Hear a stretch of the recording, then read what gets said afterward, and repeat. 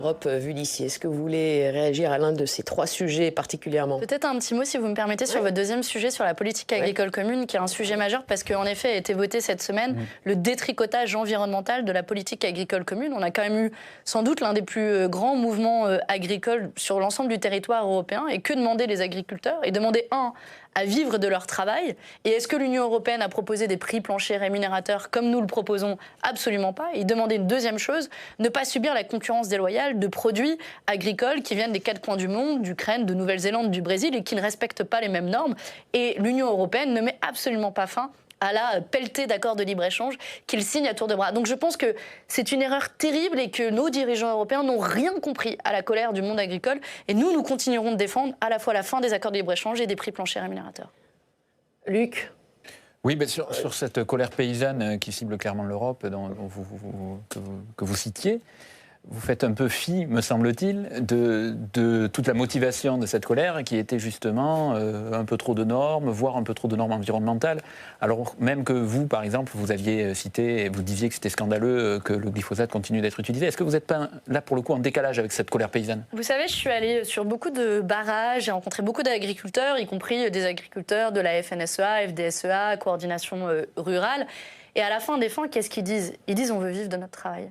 Donc le problème en soi, c'est pas les normes. Le problème, c'est qu'ils n'ont pas les moyens de les mettre en œuvre, ces normes. Le problème, c'est que l'État, qui jadis, au sortir de la Seconde Guerre mondiale, pour reconstruire notre souveraineté alimentaire, accompagnait les agriculteurs, il devient juste un agent de sanction sans leur donner les moyens financiers. Et quand vous leur dites que vous ne voulez pas de glyphosate, ils sont d'accord?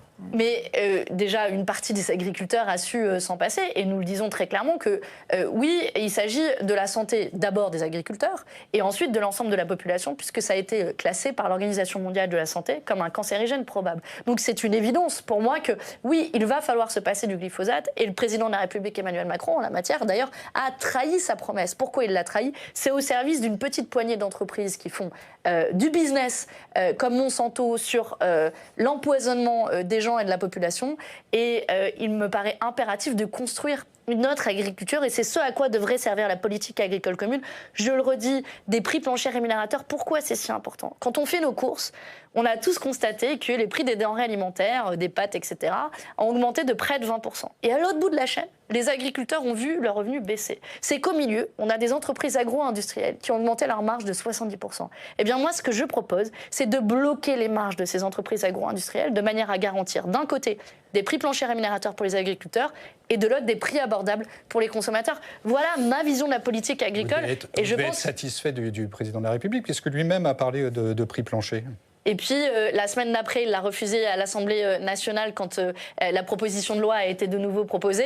Et pas plus tard que cette semaine au Parlement européen, à l'occasion de la révision de la politique agricole commune, j'ai déposé des amendements proposant des prix planchers rémunérateurs. Et devinez qui a voté contre? De concert, les macronistes et l'extrême droite. Quand il s'agit de taper au portefeuille des Françaises et des Français, et notamment des agriculteurs, ils sont toujours sur le même bateau.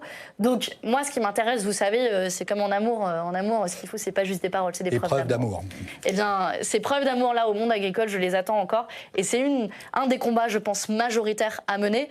Je finis d'un mot sur la question du libre-échange qu'il ne faut pas évacuer. Moi, je préside au Parlement européen le seul groupe, tenez-vous bien, le seul groupe qui n'a jamais donné aucune voix aux accords de libre-échange qui visent à brader notre souveraineté industrielle et agricole. Il n'y a aucune raison, pour prendre un exemple concret, d'aller chercher du lait produit en Nouvelle-Zélande, littéralement à l'autre bout de la planète, 20 000 km d'ici, qui va faire le tour du monde sur des porte-conteneurs, qui en plus produit avec des pesticides qui sont autorisés là-bas et interdits ici, et qui vont mettre une concurrence déloyale à nos producteurs laitiers, vous en avez chacun respectivement dans vos régions, et qui n'arrivent pas à écouler et à vendre leur stock à un niveau décent.